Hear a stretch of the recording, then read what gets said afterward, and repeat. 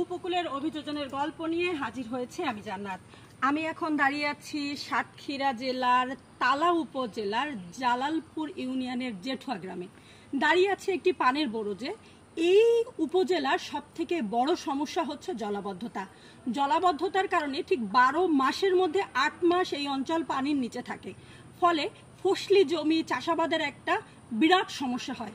তারপরও এই উপজেলার যেদিকে তাকাবেন সেদিকে দেখবেন সবুজ আর সবুজ।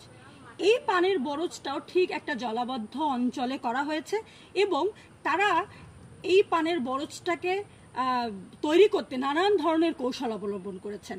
তারা ড্রেনেজের সুব্যবস্থা, পার্শ্ববর্তী জায়গায় যেন পানি এই পানের বরজে প্রবেশ না করতে পারে সেই সুব্যবস্থা করে নানান ধরনের টেকনিক অবলম্বন করে এই পানের বরজটা করেছে।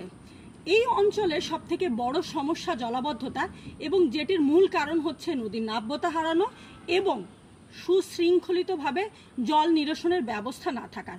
তারপরে কৃষক, তারপরে স্থানীয় জনগণ চেষ্টা করে যাচ্ছে জলবায়ু পরিবর্তনের এই সমস্ত চ্যালেঞ্জকে কিভাবে খাপ খাওয়া যায়, কিভাবে নিজেদের জীবন জীবিকার মান উন্নয়ন করা যায়।